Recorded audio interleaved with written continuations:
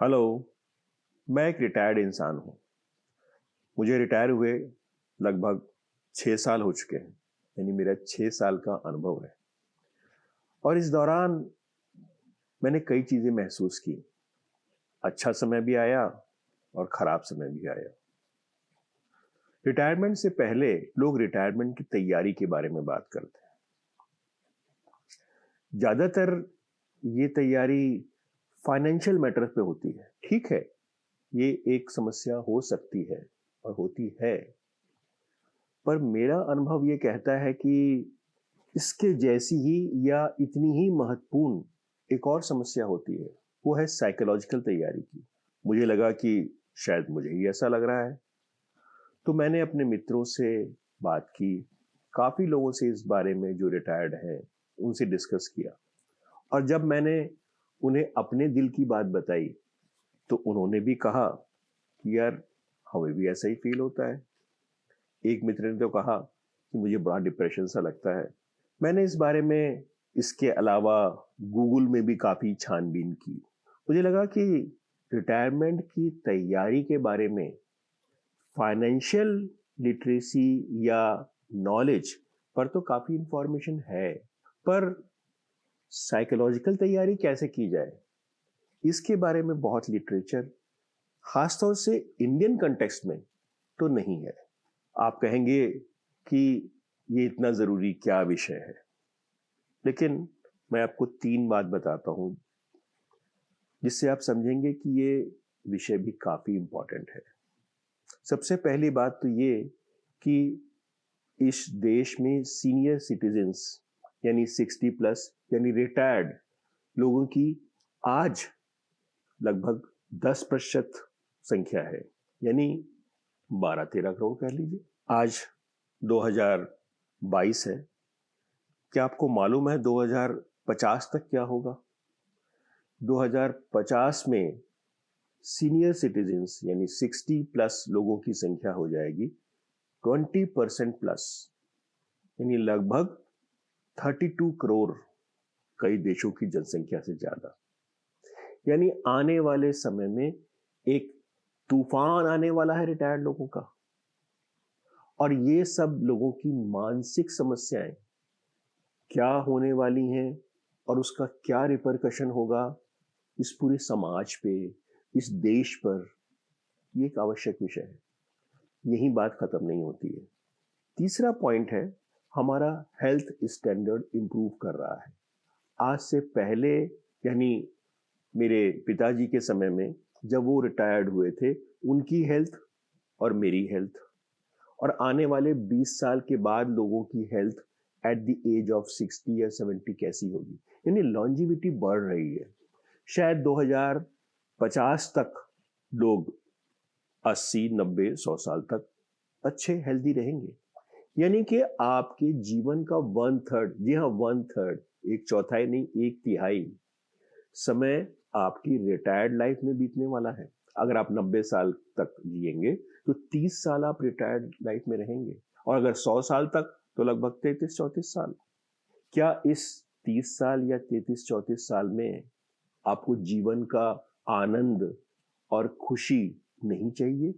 और क्या वो ऑटोमेटिक हो जाएगी जबकि हम देख रहे हैं कि समस्याएं कैसे बढ़ रही हैं?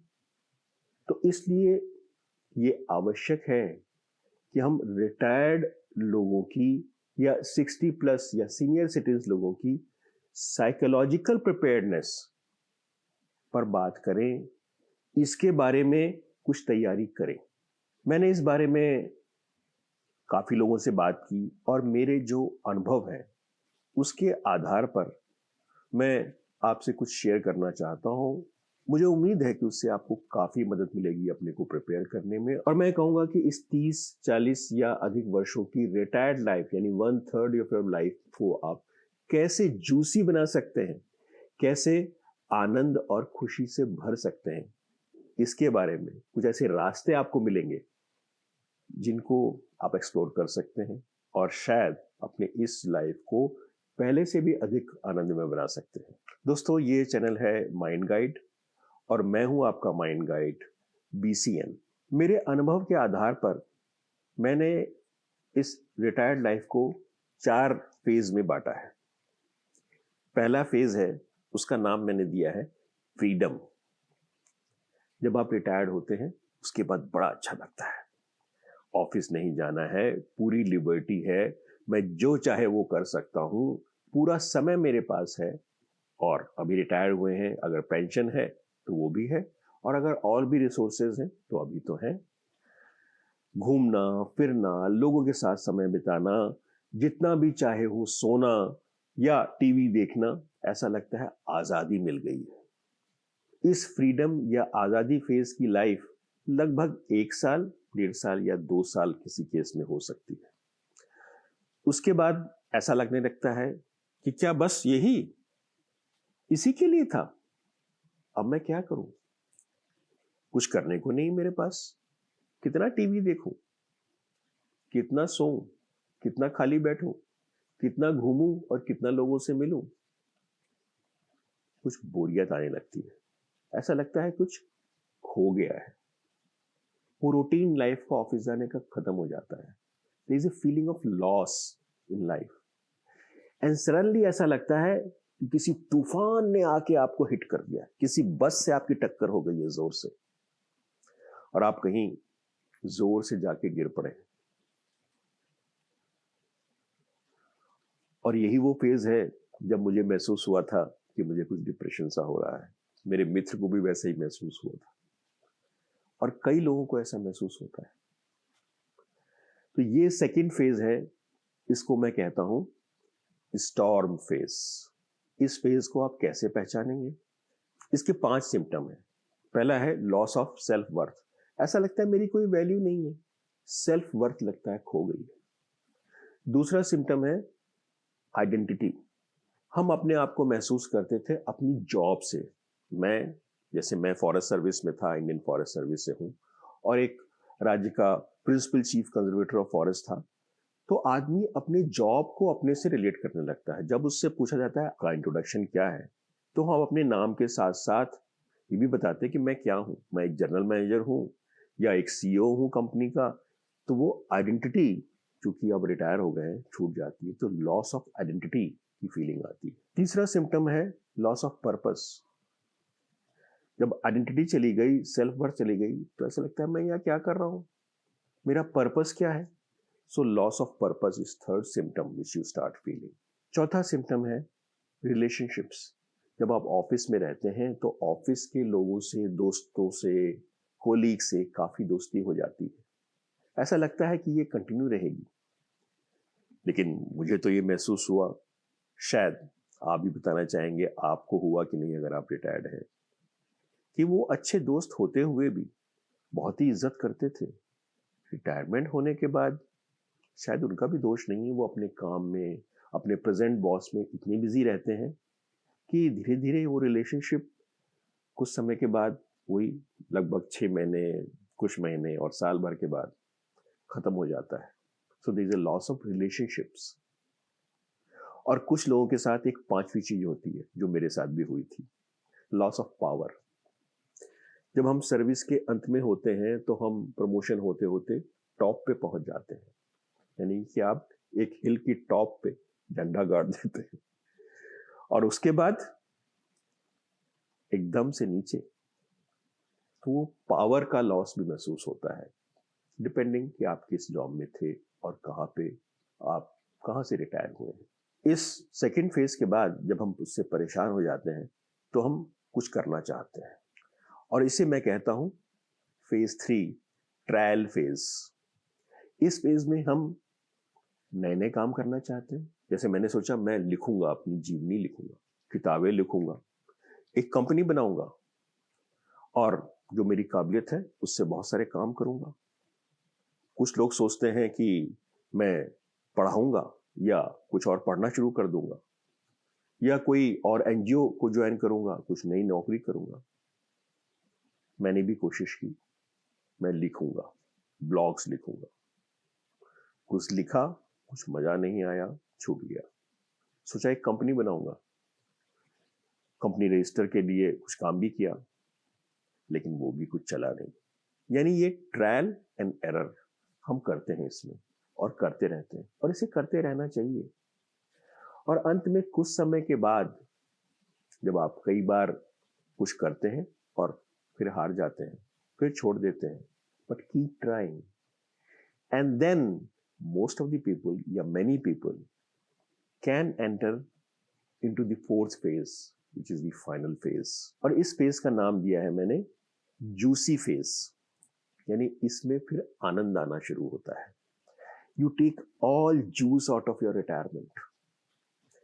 तब आप एक कुछ ऐसा काम शुरू करते हैं ट्रायल एंड एरर के बाद जिसमें मजा आने लगता है।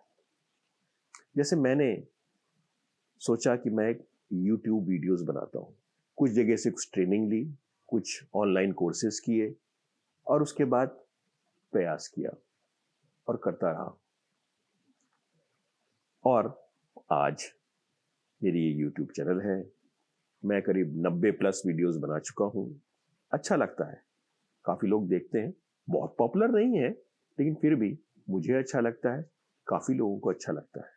इस फेज में आप अपने ब्रेन को रिवायर करते हैं, रीराइट करते हैं, और कुछ कॉन्क्रीट करने का काम सोचते हैं।